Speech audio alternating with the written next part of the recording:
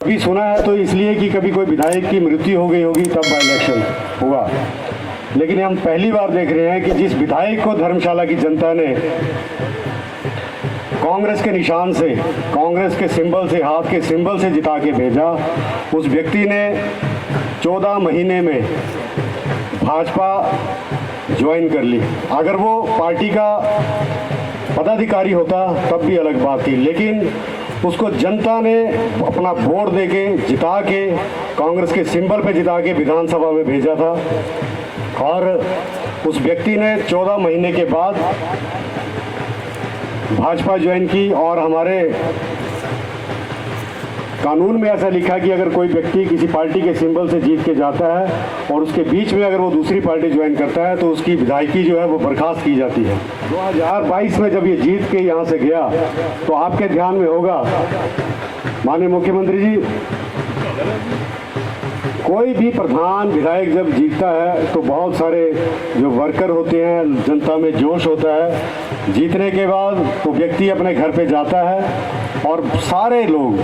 जो उनके सपोर्टर होते हैं, उसकी विधानसभा क्षेत्र के लोग हैं, वो सारे उनके घरों पे जाते हैं और उनको बधाई देते हैं। लेकिन हमारा यहाँ का विधायक ऐसा था जो 2 बजे इलेक्शन का रिजल्ट निकला, 2 बजे के बाद उसके ऑफिस में, घर पे लोग इकट्ठे उसका इंतजार करते रहे, लेकिन वो व्यक्ति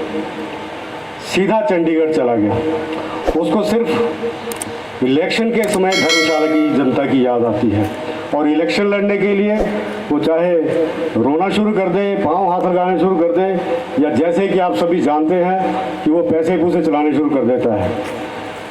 परंतु उसको धर्मशाला की जनता से कोई लेना देना नहीं।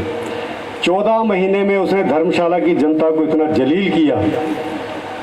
14 महीने में ना तो वो किसी गांव में गए, ना किसी से मिले, और जब जनता उनके घर पे मिलने के लिए गए तो उसके गेट के दरवाजे बंद हो गए। यहाँ तक लोग कह रहे हैं, मैं पूरे विधानसभा क्षेत्र में घूम रहा हूँ, यहाँ तक लोग कह रहे हैं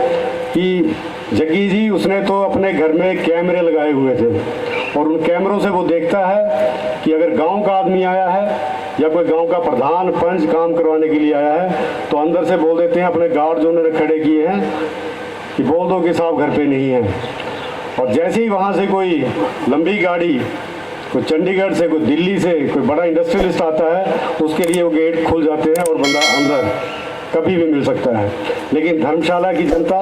जिसने उनको वोट दिया है, जिसने उनको विधायक बनाया था, उसके लिए उसने कभी दरवाजे नहीं खोले अपने। और लोग तो यहाँ तक कहते हैं कि अगर कभी हम दरवाज़ा खोल के या गेट वाले को, जो हमारा बॉडीगार्ड, उसका सिक्योरिटी गार्ड, उसको पटा के अंदर चले जाएं तो वहाँ पे 2 बड़े बड़े कुत्ते रखे हुए हैं। उन कुत्तों से अगर बच के चले जाएं तो अंदर कोई और, पहले उनके पाँव हाथ लगाना पड़ता है और उनसे पूछना पड़ता है कि साहब से मिले कि नहीं मिले। वो इंटरव्यू लेंगे, उसके बाद अगर उनकी इच्छा होगी तो वो अंदर जाएंगे। इतनी बुरी हालत धर्मशाला की जनता की इस पूर्व विधायक ने की है।